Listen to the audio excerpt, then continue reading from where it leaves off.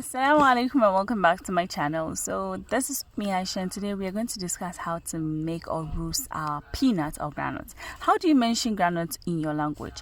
So before I start the video, I forgot to record that I added salt water and salt boiled water into my groundnuts for 3 minutes, after which I strained and then dried them. Now I use sand. This sand is actually from the beach. I use that sand and then put my groundnuts into a hot pan, and then I keep stirring. So I stir continuously just so I ensure even roasting of my groundnuts. So groundnuts is said to have a lot of benefits, and it lowers blood cholesterol. It's a good source of protein. It's good for hair growth. It's good for the heart, and it maintains the nervous system, amongst others. So this is a simple way to just make your peanuts, and then you roast, and then no need for you to get it. Once you get it, you just need gari anytime, anywhere, and it tastes so good.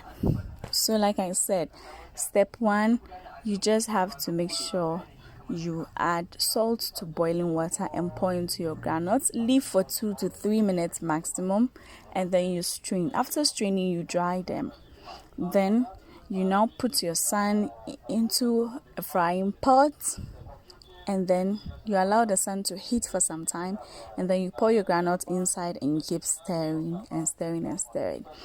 To know if it's ready, you just have to check the color. Just check the color, and then you try one, and it tastes so yummy.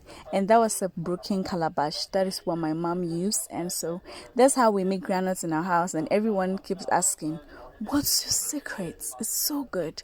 This is the secret. I hope you enjoyed this video. Don't forget to give it a thumbs up if you liked it, and see you in my very next video. Till then, assalamu alaikum, and subscribe to my channel. Hi, assalamu alaikum, and welcome back to my channel. So are you a lover of groundnuts? Today I'm going to teach you how to make the tastiest groundnuts. After boiling this, we are now putting it in the sand. This is salty sand, like the beach sand, and then we have a broken calabash, and we are going to boil it like this, just so it doesn't get burned.